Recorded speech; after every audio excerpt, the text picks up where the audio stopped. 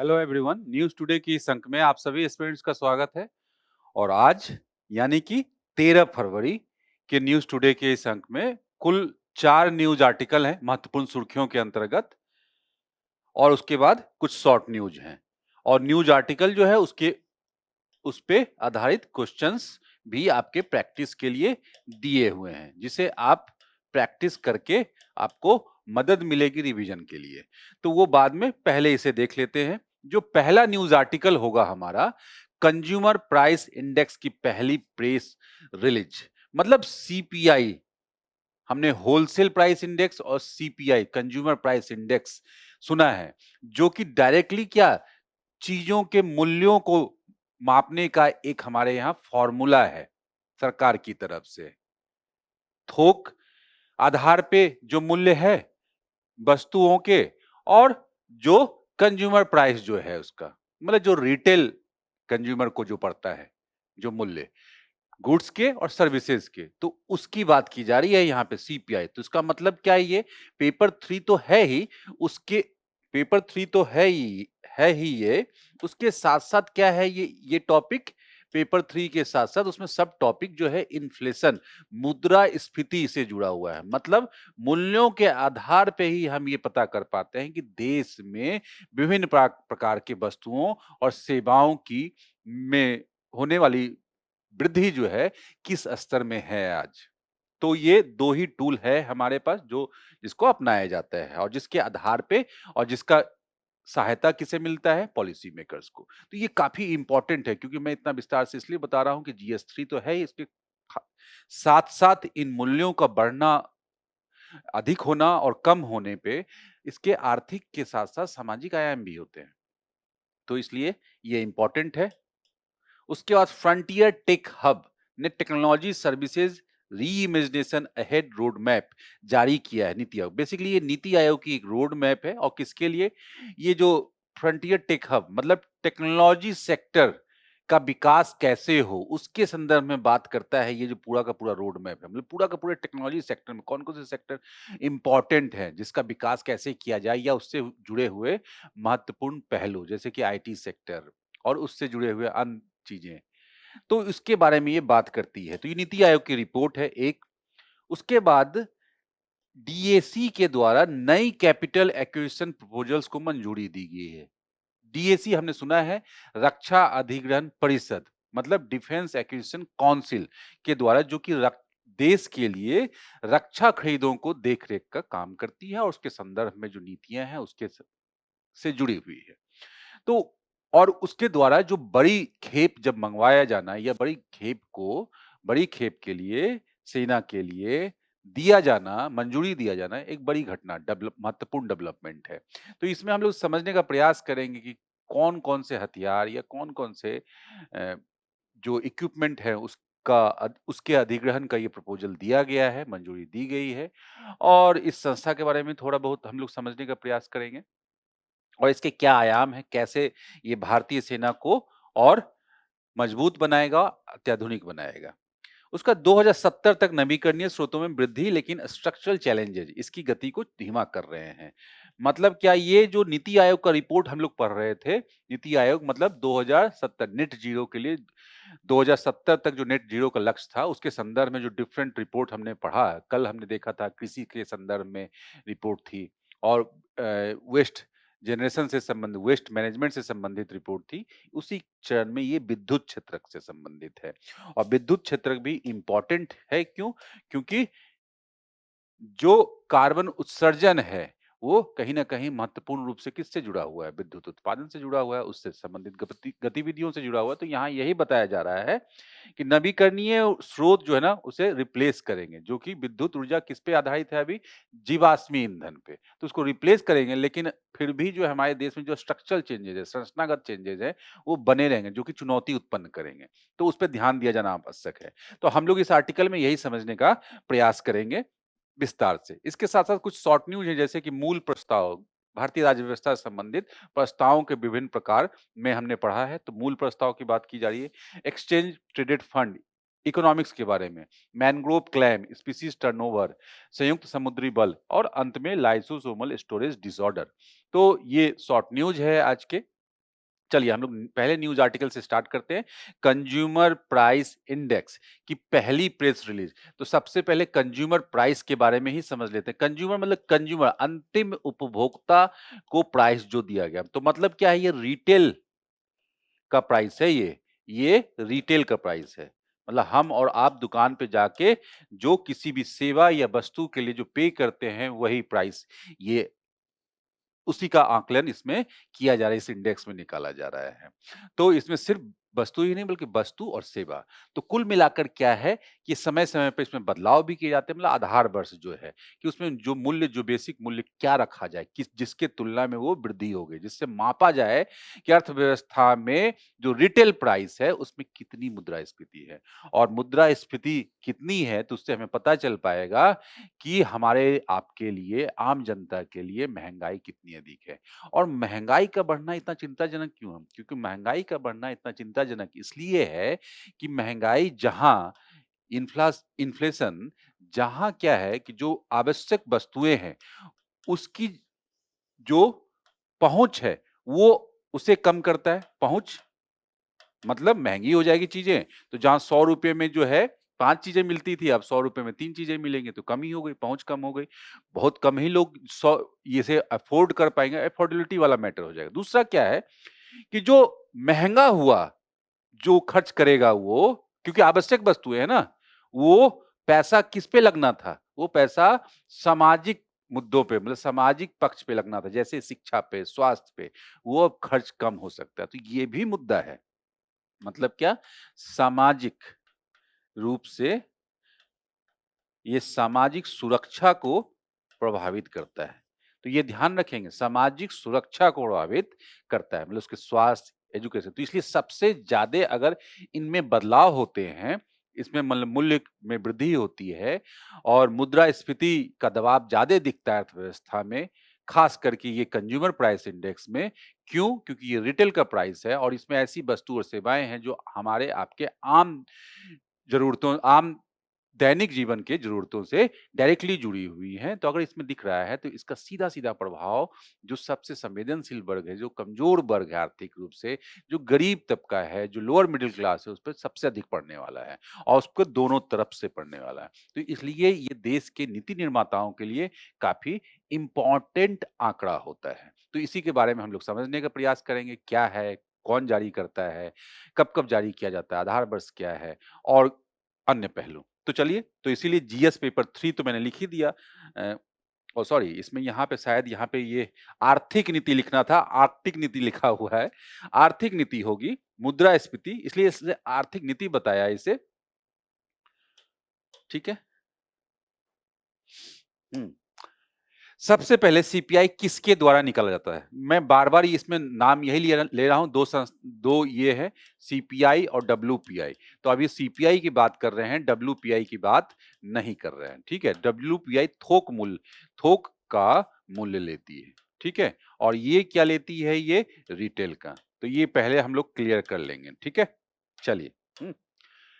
सांख्यिकी और कार्यक्रम कार्यान्वयन मंत्रालय ने आधार वर्ष 2024, याद रख लें ये, के साथ नया उपभोक्ता मूल्य सूचकांक जारी कर दिया है। तो मंत्रालय कौन है? मॉसपाई। उसका वर्तमान घरेलू उपभोग पैटर्न, मूल्य संरचना और भारतीय अर्थव्यवस्था की बदलती प्रकृति। तो इन सब से ये हम लोग निष्कर्ष निकाल सकते हैं। उपभोग पैटर्न, मूल्य संरचना और भारतीय अर्थव्यवस्था की बदलती प्रकृति। मतलब ये कैसे तय होता है इंडेक्स? मतलब जिसकी मांग बढ़ रही है, रिटेल में जो खरीदारी हो रही है, वही ना? उसी के आधार पे ये इंडेक्स बनाया जाएगा ना कि एक्स वस्तुएँ खरीदी जा रही हैं, सेवाएँ खरीदी जा रही हैं। वही आम आदमी, सभी लोग खरीद रहे हैं। तो ऑब्वियसली उसी के आधार पे, तो उसी के आधार पे क्या होता है कि ये जो लिस्ट है, ये जो इंडेक्स है, जो वस्तु और सेवाओं की, उसमें परिवर्तन भी होते हैं। इस बार हम लोग पढ़ेंगे, इसमें भी परिवर्तन किए हुए थे। क्यों? क्योंकि 30 साल पहले, 40 साल पहले जो चीज़ें हम लोग आवश्यक वस्तुएँ यूज़ करते थे, बहुत सारी चीज़ें नहीं यूज़ करते हैं। जैसे डीवीडी वगैरह कहाँ यूज़ करते हैं। अब उसके जगह पे कुछ और प्रोडक्ट आ गया, है ना? तो बस इसी तरह से हम लोग समझ लेंगे इसको। तो उसी के आधार पर उपभोग पैटर्न भी चेक कर लिया जाता है। उसका मूल्य संरचना तो मैंने बताया ही, भारतीय अर्थव्यवस्था की बदलती प्रकृति, कहाँ पे किस तरह का उपभोग पैटर्न है, मतलब ग्रामीण क्षेत्रों में क्या जिस चीज़ की वृद्धि होगी तो हमें पता चल जाएगा अच्छा इसकी माँग अधिक है। इस प्रकार की माँग मतलब उपभोग पैटर्न में बदलाव हुआ और वहाँ पे जो लोगों की खरीदारी करने की क्षमता है, मतलब खरीदने की भी क्षमता होनी चाहिए, तो वो भी अधिक है, तो इससे भारतीय अर्थव्यवस्था की बदलती हुई प्रवृत्ति भी दिख जाएगी। तो सीपीआई में ये संशोधन किया है, प्रकृति को दर्शाने के लिए सीपीआई में कुछ संशोधन भी, इन सारे पहलुओं को शामिल करने के लिए सीपीआई में कुछ संशोधन भी किए गए हैं। उसके बाद क्या, आधार वर्ष अपडेट नवीनतम घरेलू उपभोग व्यय सर्वेक्षण, तो ध्यान में रखेंगे ये HCES, नवीनतम घरेलू उपभोग व्यय सर्वेक्षण 2023-24 के आधार पे किया गया, 2023-24। तो ये सारे चीजें फैक्चुअल चीजें, यह सर्वेक्षण देश के ग्रामीण और शहरी क्षेत्र में घरेलू व्यय के पैटर्न को विस्तृत जानकारी प्रदान करता है, जिसके आधार पर ये इंडेक्स बनाया जाता है उसमें। तो इसमें चीजें, वस्तुओं की लिस्ट भी होगी, सेवाओं की लिस्ट भी होगी और उनका मूल्य भी होगा, उनकी मात्रा भी होगी। तो इससे हम लोग पता लगा सकते हैं ग्रामीण क्षेत्रों में उपभोग कैसा है और शहरी क्षेत्र में कैसा है, कहाँ किसका डिमांड है। तो इससे हम लोग व्यापक पैमाने पे हमने अर्थव्यवस्था को की एक निष्कर्ष तक, अर्थव्यवस्था के संदर्भ में एक निष्कर्ष तक पहुंच सकते हैं। चलिए सीपीआई की मुख्य विशेषताएं चलिए देख लेते हैं, क्या है मुख्य विशेषताएं। मुद्रास्फीति सबसे पहले, तो सबसे पहले बताया कि हमने कि मुद्रास्फीति को चेक करने के लिए ही क्या ये महत्वपूर्ण टूल है। तो इसके आधार पर जो मुद्रास्फीति निकाली गई जनवरी 2025 की तुलना में जनवरी 2026 के लिए वर्ष दर वर्ष मुद्रास्फीति कितनी है, 2.75%। तो ये पहले ध्यान में रखेंगे, 2.75%। ग्रामीण एवं शहरी क्षेत्रों के संबंधित मुद्रास्फीति कितनी है, मतलब ग्रामीण के लिए 2.73 और 73 और शहरी के लिए 2.77। तो अधिक कौन है, शहरी अधिक है ना जी। मदों में बदलाव मतलब क्या कि ये जो लिस्ट में बता रहा हूं वस्तु और सेवाओं की, ये होलसेल प्राइस इंडेक्स और सीपीआई के लिए अलग-अलग होते हैं ये। तो वही जो मैंने बोला, तो बदलते समय के साथ जो उपभोग पैटर्न में बदलाव हुआ, तो कुछ को हटा दिया गया और उसके जगह पे कुछ को नया ला दिया गया। तो इसमें क्या, जैसे ओटीटी सब्सक्रिप्शन, एक सामान्य परिवार आज उसका खर्चा इस पे जा रहा है, फ़ोन रिचार्ज भी हो सकता है ये। तो बास्केट में क्या, ये जो बास्केट है जो बना उसमें ओटीटी सब्सक्रिप्शन आ गया। ये पूछा जा सकता है कौन-कौन नए शामिल किए गए हैं। तो ओटीटी सब्सक्रिप्शन अगर आपने नहीं पढ़ा है तो ऐसे चीज़ों को कन्फ्यूज़ कर सकते हैं। ग्रामीण घर का किराया, गाँव में भी घर किराए पे चढ़ने लगे हैं, जो गाँव में ये प्रवृत्ति नहीं थी, ये ध्यान रखेंगे। मूल्य वर्धित डेयरी उत्पाद, मूल्य वर्धित मतलब पनीर या जो भी डेयरी उत्पाद जो है, या बॉटल वाला मिल्क हो सकता है या कुछ और दही और पैकेज दूध, दही और कुछ इस तरह की चीज़ जो जिसकी खपत कम थी। पेन ड्राइव, बेबी सिटिंग सेवाएँ, फिटनेस उपकरण जैसी नई मदें जोड़ी गई, तो ये इसमें ध्यान में रख लें। वहीं वीसीआर और डीवीडी और टेप रिकॉर्डर ये सबको हटा दिया गया, तो क्योंकि अब अप्रचलित हो गई, क्योंकि ये अब यूज ही नहीं करता है कोई। चलिए सीपीआई के बारे में वही मैंने बताया कि सीपीआई के बारे में जो चीजें हमने डिस्कस किया कि उपभोग के लिए खरीदी जाने वाले वस्तुओं और सेवाओं का क्या खुदरा कीमत है, रिटेल कीमत है के साथ साथ होने वाले परिवर्तनों को ट्रैक करता है। तो वही मुद्रास्फीति इसलिए चेक हो जाती है। संकलन कौन करता है, तो मौजपाई करता है द्वारा प्रत्येक महीने, ये ध्यान रखेंगे ये प्रश्न पूछे जाते हैं, प्रत्येक महीने ग्रामीण, शहरी और संयुक्त क्षेत्रों के लिए संकलित किया जाता है। ठीक, सूत्र क्या है सीपीआई संकलन के लिए, लास्पेयर इंडेक्स फार्मूला, ये भी कभी पूछा जा सकता है, याद रहे तो अच्छी बात है। हाँ, क्या उपयोग किया जाता है, ये 3 तत्व पर आधारित है, आधार वर्ष के दौरान कीमत, आधार वर्ष के दौरान भारांश और वर्तमान महीने में कीमत। तो ये भी ध्यान में रख लेंगे, मैं चर्चा के दौरान बता देता हूं कि ये जो वस्तु और सेवाएं हैं उसमें ध्यान में रखा जाता है किसे दिया जाना चाहिए। जैसे डब्ल्यूपीआई में अलग है भारांश, मतलब किसको वेटेज अधिक दिया जाएगा, किस प्रकार के, जैसे खाद्यान्न को दिया जाएगा या ईंधन को दिया जाएगा। तो सीपीआई में खाद्यान्न, जैसे क्यों, क्योंकि यहाँ हमारी आम उपभोग से जुड़ी हुई चीजें है ना। अगर खाद्यान्न वस्तु अगर महंगी हो जाए तो ऑब्वियसली महंगाई का असर डायरेक्टली पड़ेगा आम आदमी के जीवन पे। क्यों, क्योंकि रिटेल में वो क्या खरीद रहे हैं, खाद्यान्न मतलब सब्जी खरीद रहे हैं, दूध खरीद रहे हैं, अंडा खरीद रहे हैं, मतलब पोल्ट्री आइटम खरीद रहे हैं, इस तरह की चीजें खरीद रहे हैं और ये महंगी होंगी तो डायरेक्ट उनके, और अनाज महंगी होगी तो डायरेक्ट उनके जीवन यापन पे असर पड़ेगा। तो ये चीजें हैं, ध्यान में रखेंगे। तो कंज्यूमर प्राइस इंडेक्स में ये ध्यान में रखते हैं कि वारांश ऐसे प्रोडक्ट को दिया जाता है। अब देखो ये इसमें एक टेबल में बता दिया गया कि सीपीआई 2024 में प्रमुख पद्धतिगत परिवर्तन क्या किया गया। इससे पहले 2012 का था, अब 2024 का है, आधार वर्ष 2024, पहले क्या था 2012, तो दोनों पूछा जा सकता है स्टेटमेंट में, ठीक है। मदों की संख्या कितनी है 299, 259 वस्तुएं, 40 सेवाएं, यहाँ पे 358, पूरा याद रखने की जरूरत नहीं है, लेकिन 358 याद रख लें तो अच्छी बात है। क्योंकि नया जब नए डेटा आते हैं तो यूपीएससी कभी कभार पूछ लिया। ऑनलाइन बाजार शामिल पहले नहीं था, जाहिर सी बात है, प्रचलन ही नहीं था। अब क्या है, 25 लाख से अधिक जनसंख्या वाले शहरों में 12 ऑनलाइन बाजारों को कवर किया गया है।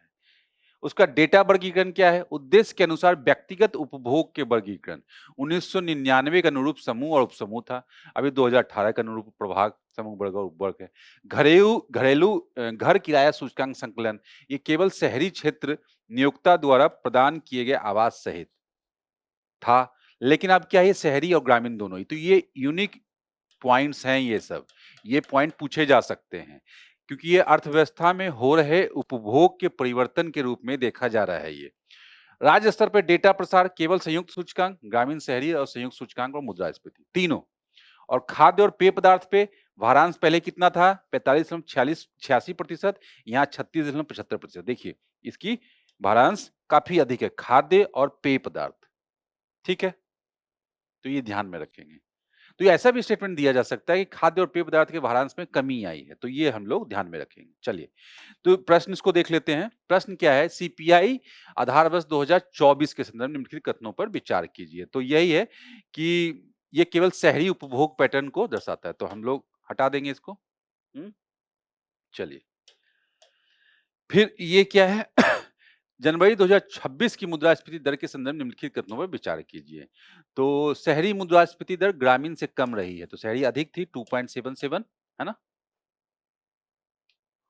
थर्ड, सीपीआई के संदर्भ में निम्नलिखित कथनों पर विचार कीजिए। क्या है ये, इसे प्रतिवर्ष एक बार प्रकाशित कर, हर महीने, है ना, तो गलत, बाकी ये से देख लेंगे। चलिए,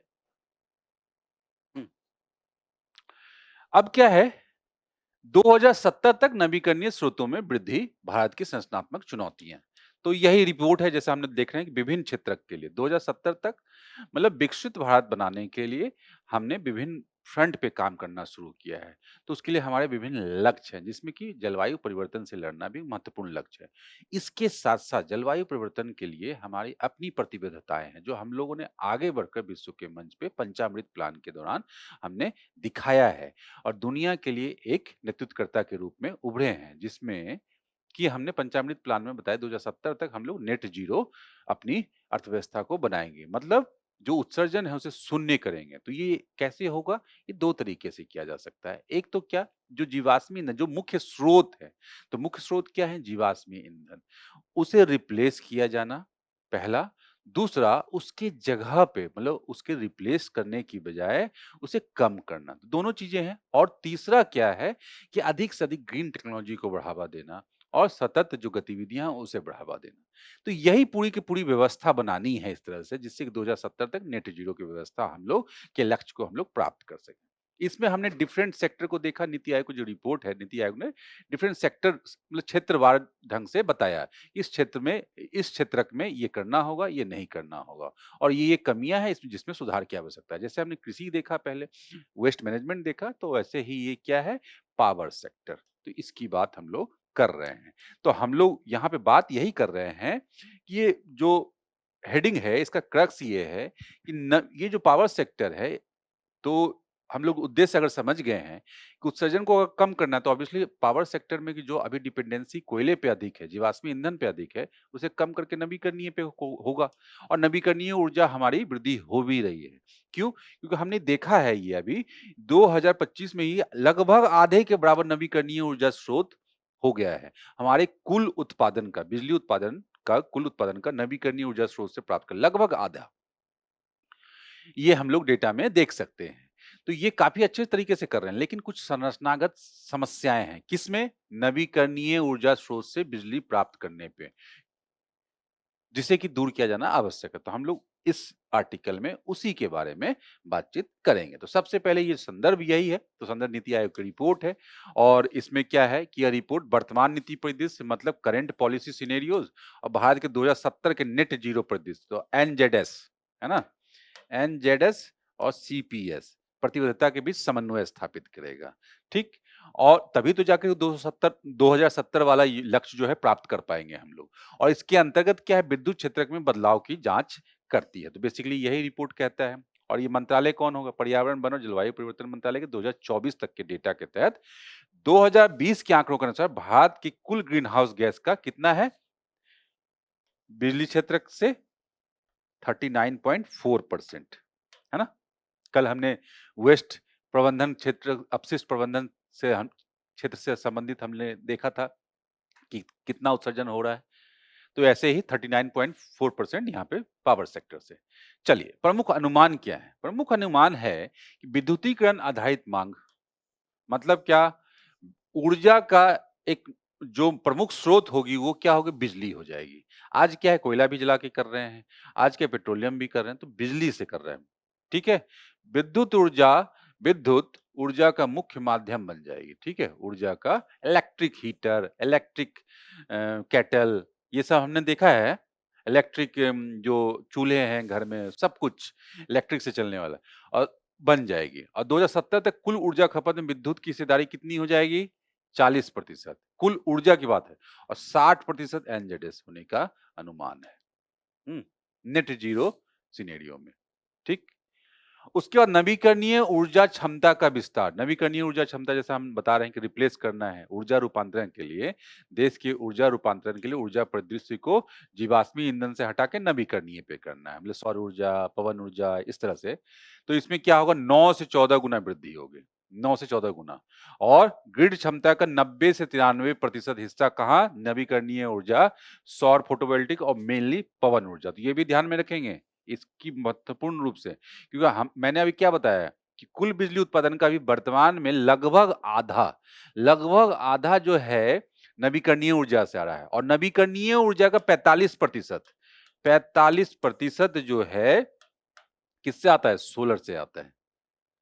तो ये काफी महत्वपूर्ण रूप से इसकी वृद्धि हुई है देश में। और क्या, इसे उत्पादन से समर्थन और क्या है, जब उत्पादन ही यही होगा तो पूरे के पूरे ग्रिड में जो सप्लाई की जाएगी, जो उसका सोर्स होगा बिजली का, वो किससे आ रहा होगा? रिन्यूएबल एनर्जी से आ रहा होगा। तो ये चीजें चेंज होने वाली हैं। एक भंडारण और नवी भंडारण पे मुद्दा क्या है कि भंडारण के लिए क्या हमने पहले भी देखा है कि बैटरी क्षमता में विकास करना, वो भी विकास किया जाए। जैसे कि नवीकरणीय ऊर्जा पर आधारित ग्रिड की स्थिरता के लिए, मतलब स्थिर बनाया जा सके, मतलब ये जो ग्रिड है, ऑब्वियसली ग्रिड जो पूरे देश में फैला हुआ है, इस ग्रिड को यहाँ से सप्लाई दिया जा रहा है, लेकिन नवीकरणीय ऊर्जा सप्लाई जो है निरंतर नहीं होती, तो इसके लिए क्या, इसमें बैटरी में स्टोर किया जाएगा पहले और उसके बाद ग्रिड में कनेक्ट किया, जिससे क्या फ्लक्चुएशन ना हो। ये सामान्य सी प्रवृत्ति हम लोग ने देखा है। तो इसके लिए क्या है कि क्षमता आवश्यक है, भंडारण क्षमता, और लगभग 3000 गीगावाट बैटरी भंडारण और 160 गीगावाट पंप्ड हाइड्रो पावर की आवश्यकता होगी। और सतत विद्युत उत्पादन के लिए परमाणु ऊर्जा, और यही जो निरंतरता बनी रहे, तो उसमें परमाणु ऊर्जा को भी हम लोग ऐड करेंगे। कितना करेंगे हम लोग? 300 गीगावाट से अधिक करने का लक्ष्य है हमारा। और क्या, स्मॉल मॉड्यूलर रिएक्टर्स, ये जो नया जो ये है, इन छोटे छोटे रिएक्टर का, जो कि बिजली उत्पादन करने के लिए सिविल पर्पज से जिसका यूज किया जाएगा, स्मॉल मॉड्यूलर रिएक्टर ग्रिड को लचीलापन और कम कार्बन उत्सर्जन वाला बेहतर बेस लोड प्रदान करेंगे, जिससे फ्लक्चुएशन कम हो।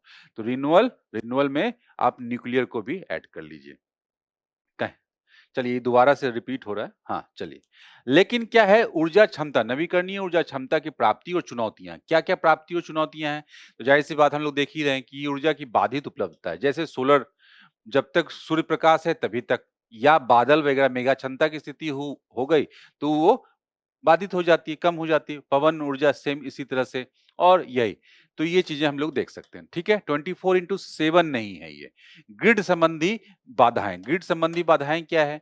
वही पारेषण में रुकावटें, ग्रिड्स की अति संकुलन, और क्या सीमित लचीलापन, नवीकरणीय ऊर्जा के उत्पादन में बाधित, मतलब क्या ये निरंतरता नहीं बने होने के कारण क्या है कि जो ग्रिड है उसके साथ सिंक करना बड़ा इसमें थोड़ी चुनौतियां हैं। उच्च पूंजीगत लागत, अभी भी प्लांट लगाने में, मतलब प्रोजेक्ट लगाने में, एक सोलर प्लांट लगाने में देश में 1 गीगावाट का भी तो काफ़ी पैसे खर्च होते हैं। मतलब इसका मूल्य को कम नहीं किया जा सका। उसके बाद साथ-साथ क्या भंडारण में भी चुनौतियाँ हैं, और जो डिफरेंट इक्विपमेंट जैसे सोलर पैनल, बैटरी, सब महँगा है और लगभग हम लोग आयात कर रहे हैं, एक बड़ा हिस्सा।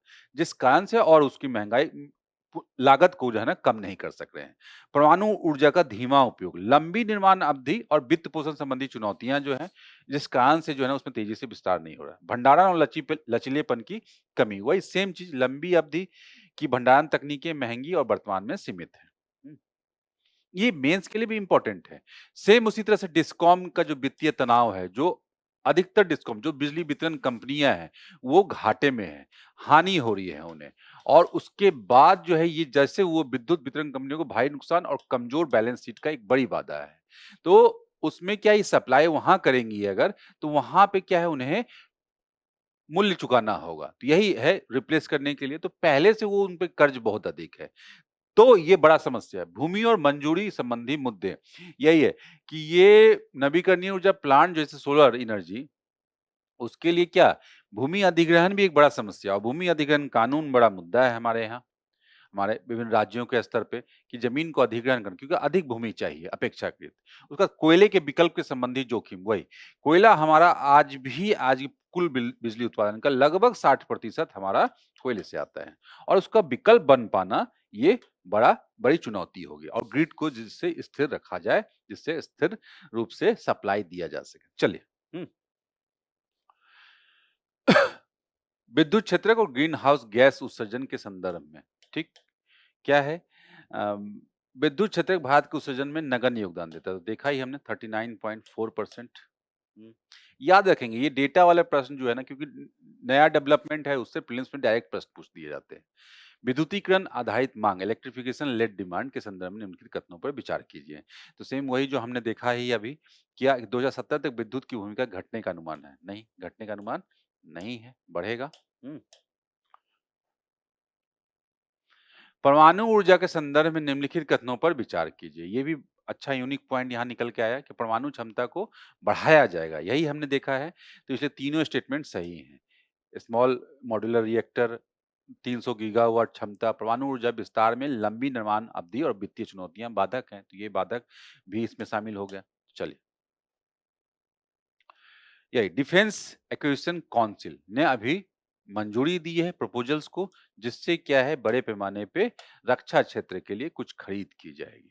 तो इसलिए रक्षा नीति के संदर्भ में ये महत्वपूर्ण अपडेट है, जिससे कि भारतीय सेना को भविष्य के जो है ना कॉम्बैट ऑपरेशन और देश की सुरक्षा के दृष्टिकोण से और मजबूत बनाने की दिशा में एक महत्वपूर्ण कदम हो सकता है। तो चलिए देखते हैं इसमें। हुँ, कि यही है कि सशस्त्र बलों को युद्धक तैयारी को मजबूत करने के लिए, यही युद्धक तैयारी को मजबूत करने के लिए पूंजीगत अधिग्रहण प्रस्तावों को मंजूरी दी गई। कितना का है ये? ये भी हम लोग देख लेंगे। 3.60 लाख करोड़ रुपए की अनुमानित लागत होगी ये। और इसमें क्या रक्षा मंत्री की अध्यक्षता में, ये अध्यक्षता कौन करता है? डीएसी की रक्षा मंत्री की अध्यक्षता में सेवाओं के विभिन्न प्रस्तावों के लिए आवश्यकता की स्वीकृति प्रदान की है। इसमें राफेल और एएस हैप्स, ये भी हम देखेंगे क्या है वगैरह। राफेल का नाम तो हमने सुना ही है, बहुत पॉपुलर है। तो राफेल और एएस हैप्स भी खरीदा जाएगा, शामिल की बात की जा रही है। चलिए, ये राफेल दिख रहा है आपको, क्या है इसे एक्चुअली कैटेगरी क्या है ये? Multi role fighter aircraft, MRF ये है। आरएफ है राफेल। तो इसमें बेसिकली होता है कि बड़े जहाज होंगे, ट्विन जेट, और शक्ति क्षमता अधिक होती है। 4.5 पीडीओ संचालन से विमान वाहक पोत और तट आधारित बेस दोनों से संचालित किया जा सकता है। ओमनी रोल क्षमता है, मतलब ये हवाई रक्षा और हमले टोही, मतलब विभिन्न प्रकार के, मतलब क्या निगरानी के संदर्भ में परमाणु हमला रोकथाम जैसे सभी लड़ाकू विमान मिशनों में संपन्न कर सकते हैं। निर्माता कौन है? डसल्ट एविएशन, जिससे किया गया फ्रांस की, ये ध्यान रखेंगे। अन्य प्रमुख विशेषताएं, रडार के लिए कम दृश्यता होती है, यानी शीघ्रता से रडार की पकड़ में नहीं आएगा। उच्चतम स्तर की पैंतरेबाजी, मतलब हाई मैन्यूवरेबिलिटी जो है होगी। उसके बाद हम लोग जो देख रहे थे एयरशिप आधारित हाई एल्टीट्यूड सूडो सैटेलाइट, मतलब सैटेलाइट तो है लेकिन क्या है ये ये एक व्हीकल है, अनमैन्ड एरियल व्हीकल जिसको बोला जाता है यूएवी। ये एक यूएवी है जो आसमान में उड़ता है, ये ऐसे। और बेसिकली इसका काम क्या है, इस तरह से का कुछ होगा ये ऐसा। अब देखना है गूगल में ये। तो ये इसका संचालन इसी तरह से होता है। तो बेसिकली क्या है, ये इसमें क्षमताएं कुछ कुछ इसकी खूबियाँ हैं कि मतलब ये किसी किसी भी भौगोलिक लोकेशन पे आसमान में इसे रोका जा सकता है, जिससे वो वहाँ पे निगरानी कर सकता है। एक ये हो गया। तो यही अत्यधिक ऊँचाई पे लंबे समय तक परिचालन में सक्षम हो गया। मतलब वहाँ जाके सैटेलाइट के जैसा है, सैटेलाइट के जैसा ही बिहेव करता है। तो ये अनमैन्ड एरियल व्हीकल ही यूएवी ही है, लेकिन क्या ये स्थायी निगरानी और संचार मंच के लिए इसलिए यूज़ किया जाता है। स्टेशन कीपिंग क्षमता होती है वही कि किसी स्थान पे जाके स्थिर कर दिया गया, जिसका जिससे संबंधित इन्फॉर्मेशन चाहिए हम लोग। तो इसलिए पारंपरिक हवाई प्रणालियों के विपरीत ये निरंतर और वास्तविक समय कवरेज सुनिश्चित करेगा। तो ये कुछ-कुछ के जैसा है, सैटेलाइट के जैसा है, लेकिन है क्या ये हवाई ये उपकरण ही। एयरशिप आधारित डिज़ाइन के लाभ मतलब क्या है इसका एक एयरशिप आधारित डिज़ाइन हवा में बने रहने की बेहतरीन सहनशक्ति और पेलोड क्षमता प्रदान करता है और ये खुफिया जानकारी जुटाने, सीमा की निगरानी करने आदि संचार आदि के लिए काम आता है। चलिए। अन्य भी क्या अधिग्रहण है, भारतीय सेना anti tank mines, T-72 tank, ये सब नाम ध्यान में रख लें, कभी-कभार पूछा जा सकता है। भारतीय नौसेना P-81 लंबी दूरी के लिए समुद्री टोही विमान, भारतीय तटरक्षक बल के लिए समुद्री निगरानी का प्रभावकारिता में सुधार के लिए डोर्नियर विमान, ये ध्यान में रखेंगे, किससे संबंधित है? तटरक्षक, कोस्ट गार्ड के लिए और डोर्नियर DO-228 विमान एक अत्यधिक बहुमुखी और बहुउद्देशीय हल्का परिवहन विमान है। ठीक है? चलिए। चलिए प्रश्न देख लेते हैं। हुँ, निम्नलिखित कथनों पर विचार कीजिए। रक्षा अधिग्रहण परिषद की अध्यक्षता रक्षा मंत्री करते हैं, ठीक है। और तीनों 3 भी सही आवश्यकता की स्वीकृति प्रदान की जाती है, ठीक है। डीएसी केवल भारतीय सेना से संबंधित प्रस्तावों को मंजूरी देता है, नहीं ऐसा नहीं है। हुँ, रक्षा क्षेत्र से संबंधित। मल्टी रोल फाइटर एयरक्राफ्ट के संदर्भ में निम्नलिखित कथनों पर विचार कीजिए। तो ये क्या हो गया इसे राफेल एक सिंगल जेट 5वीं पीढ़ी का 4.5 ठीक है, हटा दें इसको, ठीक है। एयरशिप आधारित हाई एल्टीट्यूड सूडो सैटेलाइट के संदर्भ में निम्नलिखित कथनों पर ये ध्यान में रखें साइंस एंड टेक सेक्शन में ये पूछा जा सकता है और रक्षा क्षेत्र से भी संबंधित इंपॉर्टेंट है। तो ये क्या है? ये अत्यधिक ऊंचाई पर लंबे समय तक संचालन क्षमतावान है। इसे स्टेशन कीपिंग क्षमता भी है, ठीक है। ये केवल मौसम केवल नहीं है ये टोही यान के रूप में भी निगरानी करने के लिए भी ये सब चीजें कम्युनिकेशन के लिए भी यूज होता है। चलिए अंतिम न्यूज आर्टिकल क्या है?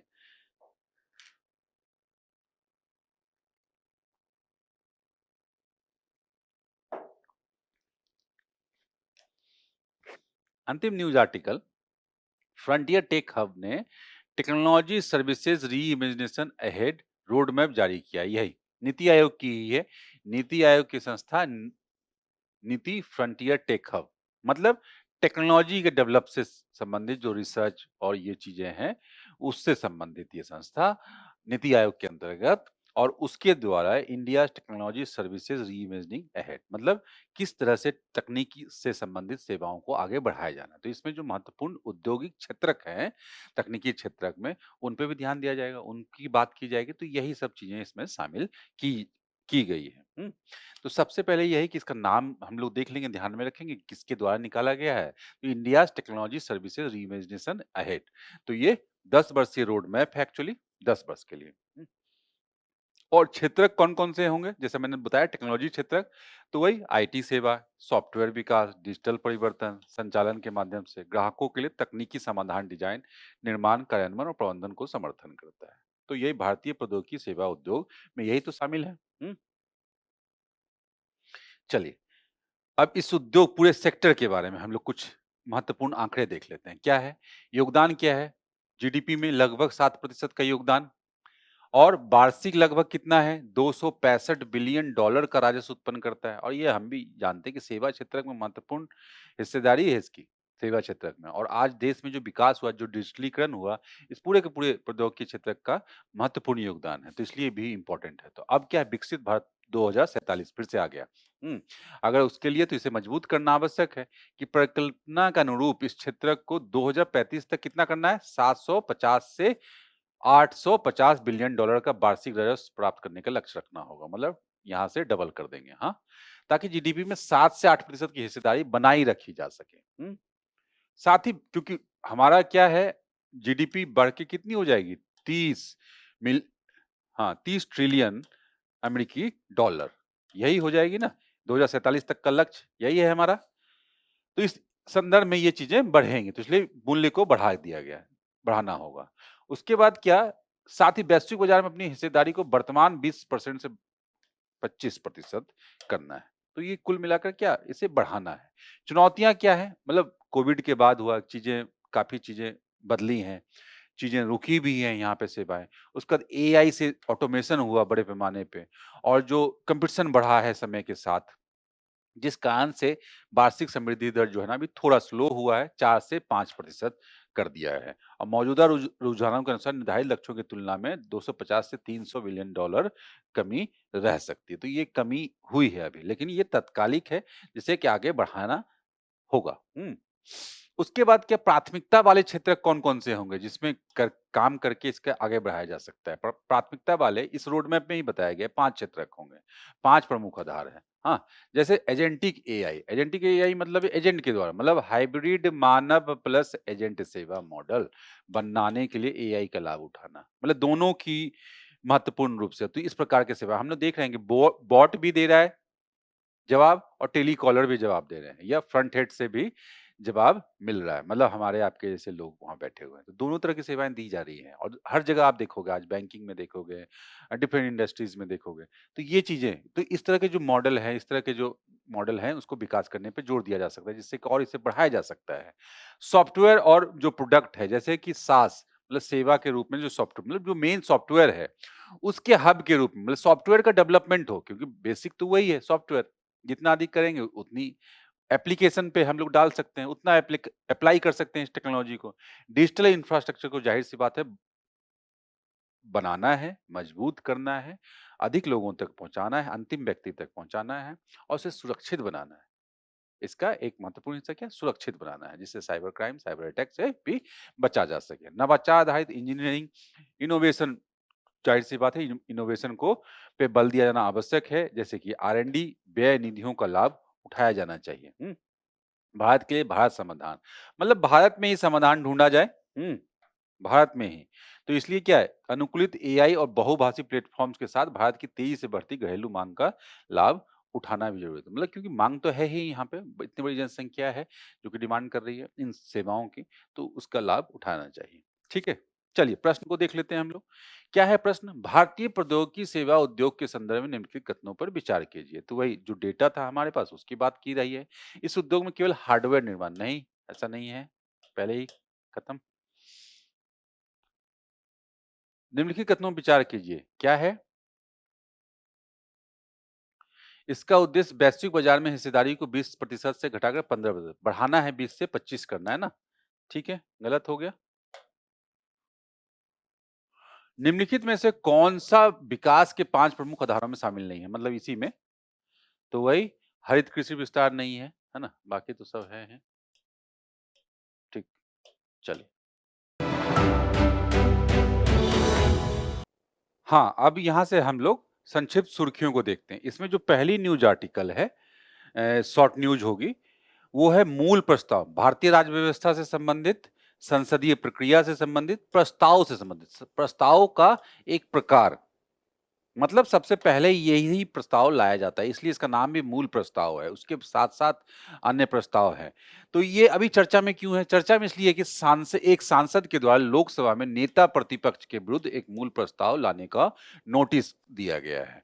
और बेसिकली ये क्या है? ये वो प्रक्रिया है जिससे क्या है कि कोई भी सदस्य सदन में किसी विषय पर निर्णय या राय माँगता है, जिससे कि उसपे आगे चर्चा हो। इस तरह से कि क्या निर्णय है सदन का, उसके पक्ष में, विपक्ष में, तो इसी तरह से ये बात आगे बढ़ती है। तो इसलिए उसके आगे की प्रक्रिया जो उससे जुड़े हुए प्रस्ताव हैं, तो हम लोग देखते हैं कि विभिन्न प्रकार के प्रस्ताव उससे जुड़े हुए हैं। तो इसलिए इसको मूल प्रस्ताव बोला जाता है। तो मतलब ये टूल जो है ना संसदीय प्रक्रिया में किसी बात को प्रारंभ करने का एक तरह से।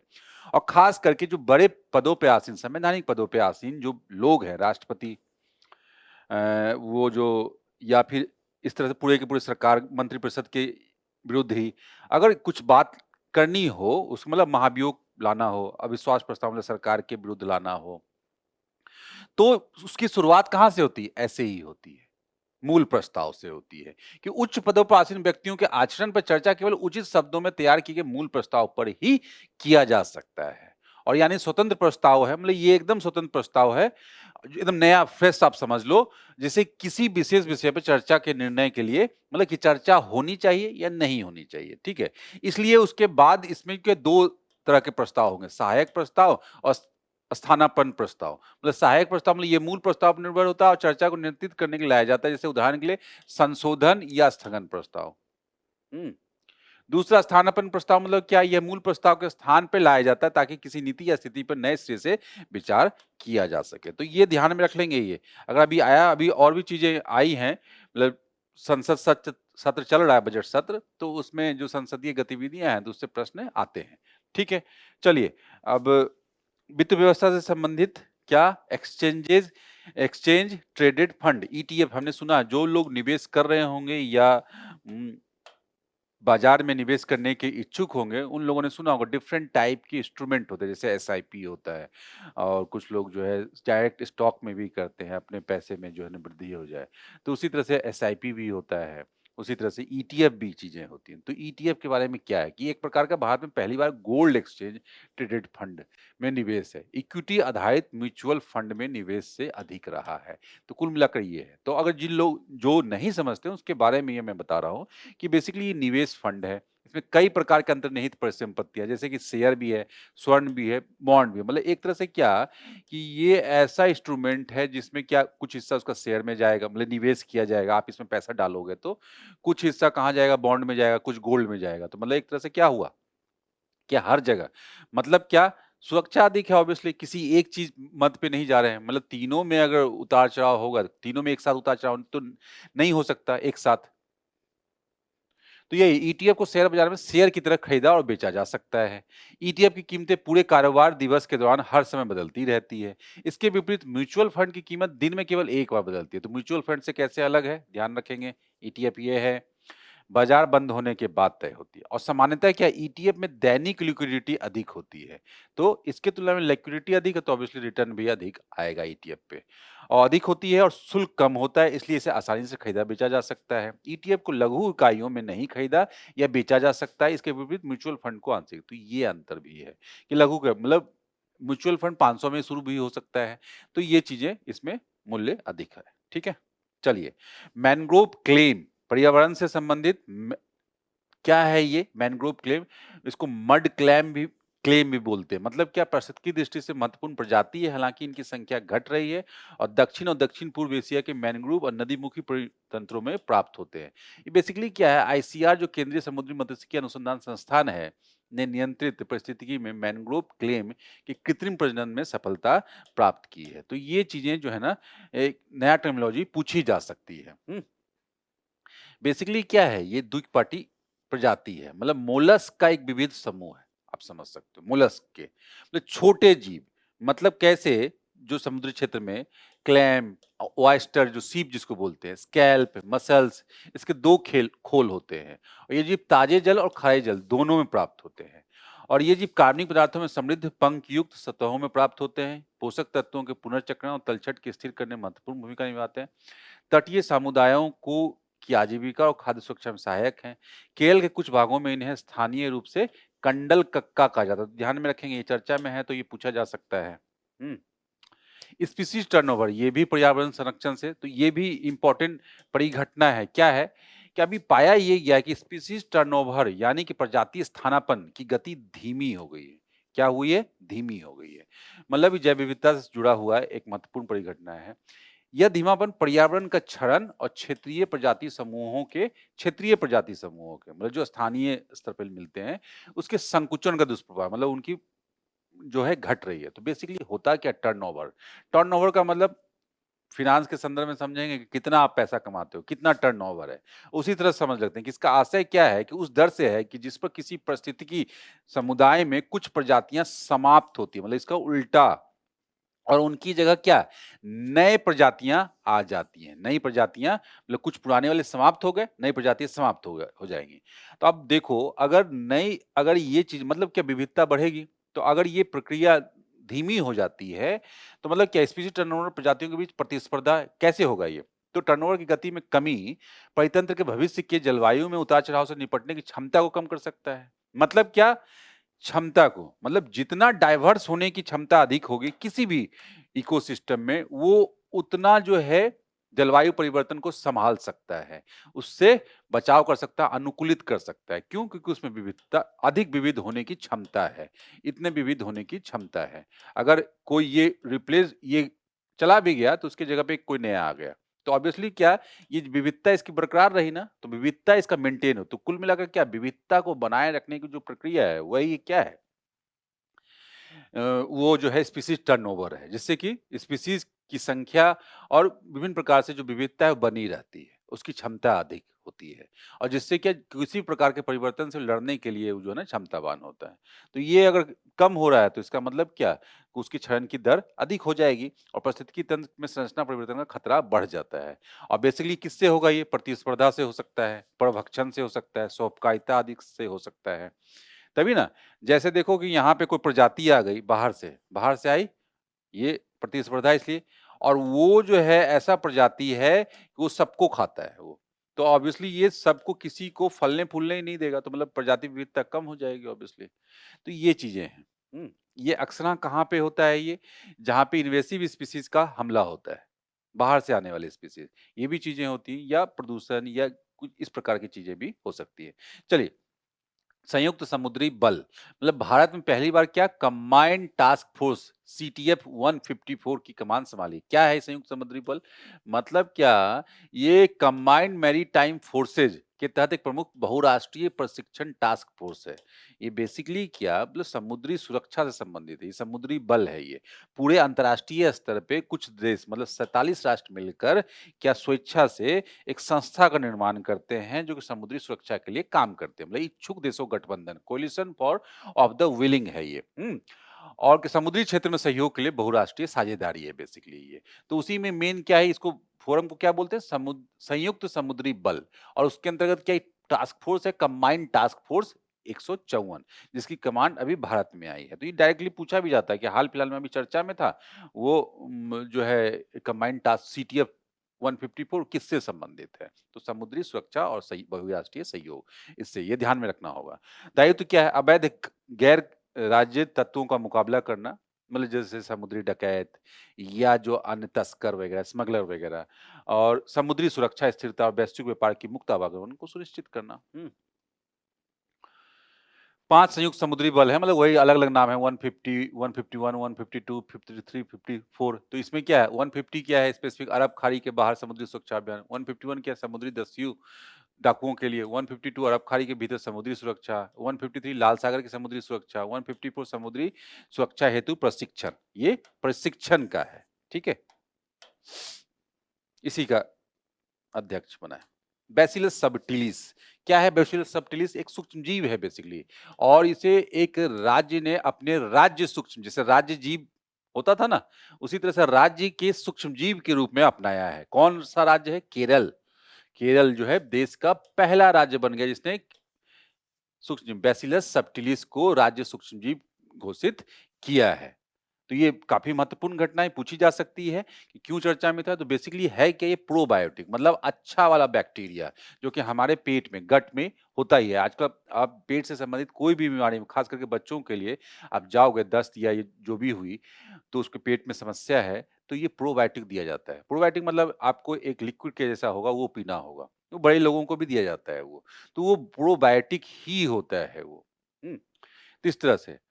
जो कि गुड बैक्टीरिया है, जो कि आपके पेट में ही पाए जाते हैं और उस पे काम किया जाता है तो उसे दवाई के रूप में यूज़ काफ़ी इसके लाभ हैं इसके। और मनुष्य बेसिकली यही, ये प्राकृतिक रूप से मौजूद होता है मनुष्यों के आंत में और खाद्य पदार्थों में भी किण्वित फर्मेंटेड खाद्य पदार्थों में भी पाया जाता है। और औद्योगिक दृष्टि से क्या महत्व है? बोले यह एंजाइम के उत्पादन और एंटीबायोटिक्स वही मैंने बताया उत्पादन के लिए महत्वपूर्ण है। इसका कृषि और पशु आहार में प्रोबायोटिक के रूप में उपयोग किया जा सकता है। इसका सामान्य रूप से सुरक्षित के रूप में मान्यता जीआरएस दर्जा इसे खाद्य और औषधि क्षेत्रकों के उपयोगकर्ता बनाता है। तो मतलब काफ़ी उपयोग है इसका आम जीवन में, स्वास्थ्य के दृष्टिकोण से, कृषि के दृष्टिकोण से, उद्योग के दृष्टिकोण से। चलिए, पंख ज्वालामुखी, ज्वालामुखी तो है ही, यहाँ पे जो मैग्मा नहीं निकलेगा, मड निकलेगा सिर्फ। तो ऑब्वियसली क्या है कि वहाँ पे क्या है मैग्मा का निर्माण नहीं हो पाया मतलब अंदर जो है तरल में ये जो जगह है, तो ये यहाँ पे जो यहाँ पे मेंटल क्षेत्र में जो लिक्विड है, जो ऊपर आता है फ़ोर्स के कारण, प्रेशर के कारण वहाँ पे, तभी तो वो जाके वो बाहर फैलता है। लेकिन क्या है, यहाँ पे क्या है कि इस प्रकार गतिविधि तो है, अब भूकंप आया, क्रैक तो हो गया, लेकिन क्या उससे मैग्मा नहीं निकल रहा है, बल्कि क्या धुआँ निकलता है कभी और कभी जो है मड, मतलब क्या, जो उससे जो कचरा टाइप का चीज़ें निकल रही है, तो उसको क्या बोलते हैं उसको? उसको यही मड ज्वालामुखी, मड वोल्केनो, ठीक है? अंडमान द्वीप समूह में ये क्या, हाँ, अभी ये है दिगलीपुर में एक दुर्लभ पंख ज्वालामुखी उद्गार की घटना दर्ज की गई है, ठीक है?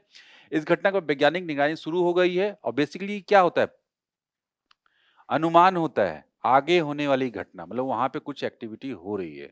और ऑब्वियसली जो अंडमान क्षेत्र है हमारा, ये जो अंडमान सागर है, अंडमान सागर, ये जो अंडमान आइलैंड है, ये पूरा क्या है, ये इंडो ऑस्ट्रेलियन प्लेट और जावा सुमात्रा जो प्लेट है उसके मार्जिन पे है, तो इसलिए प्लेट मार्जिन पे हमने सुना है कि प्लेट मार्जिन जो है वहाँ पे क्या, प्लेटों के धँसने से एक दूसरे क्रम में कारण जो है ना, ये इस प्रकार की ज्वालामुखी संरचनाओं का निर्माण होता है। तो इसलिए अंडमान क्षेत्र में, ये अंडमान क्षेत्र और इंडोनेशिया वगैरह ये जो रीजन है, इसमें हमेशा इस प्रकार की अधिक पैमाने पे आने वाली भूकंप और ज्वालामुखी गतिविधियाँ हम लोग देखते हैं। बैरन नारकोंडम आइलैंड इसी का उदाहरण है और इंडोनेशिया वगैरह में भी डिफरेंट ज्वालामुखी हैं। तो यही बेस इसका, तो यही एक अंडमान द्वीप से कई विवर्तनिक प्लेटों के अभिसरण पे टिका हुआ है। और ऐसी भूगर्भीय संरचना जो भूमिगत दबाव के कारण पंख जल, मतलब मड, कीचड़, जल और गैस ही निकलता है, मुख्य रूप से मीथेन निकलता है, तो इसी को बोलते हैं क्या, मड वोल्केनो। और रीजन मैंने बता दिया, नाम बता दिया, दिगलीपुर, ठीक है। चलिए, लाइजोसोमल लाइसोसोमल स्टोरेज डिसऑर्डर, ठीक है। तो ये क्या होगा, लाइसोसोमल स्टोरेज डिसऑर्डर के लिए मतलब सरकार द्वारा सहायता प्राप्त भारत का पहला राष्ट्रीय बायो बैंक तैयार किया गया। तो घटना ये है, हाँ, और इसे 6 राज्यों और 2 संघ राज्य क्षेत्रों के लिए 28 संस्थानों के शोधकर्ताओं ने मिलकर तैयार किया है। बेसिकली क्या है, बायो बैंक क्या करेगा, एक विशेष प्रकार का केंद्र होगा। यहाँ रक्त, ऊतक या डीएनए जैसे जैविक नमूनों को स्वास्थ्य संबंधी जानकारी के साथ एकत्र और सुरक्षित रूप से संग्रहित किया जाएगा। बेसिकली काम यही होगा। लाइसोसोमल स्टोरेज डिसऑर्डर के बारे में समझ लेते हैं। बेसिकली अनुवांशिक है। लाइसोसोम हमने सुना है कोशिका के एक महत्वपूर्ण हिस्से के रूप में, जब हम लोग पढ़ते हैं ऑर्गेनेल्स के रूप में पढ़ते हैं। आनुवांशिक वंशानुगत स्वापचय रोगों का एक समूह है, ठीक, मेटाबॉलिज्म से संबंधित।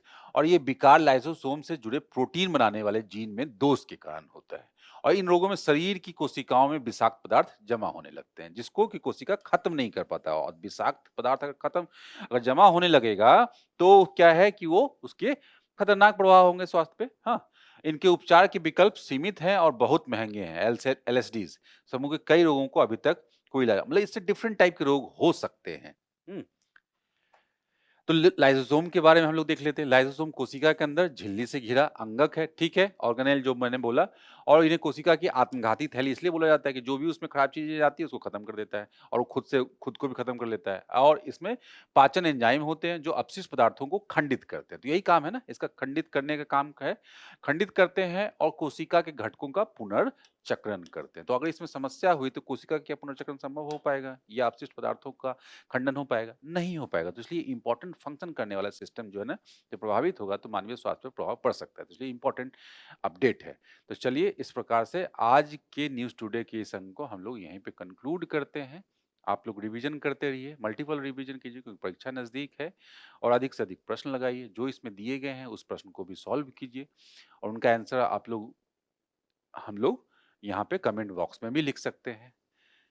तो चलिए, आगे अपनी तैयारी को बढ़ाते रहिए। धन्यवाद।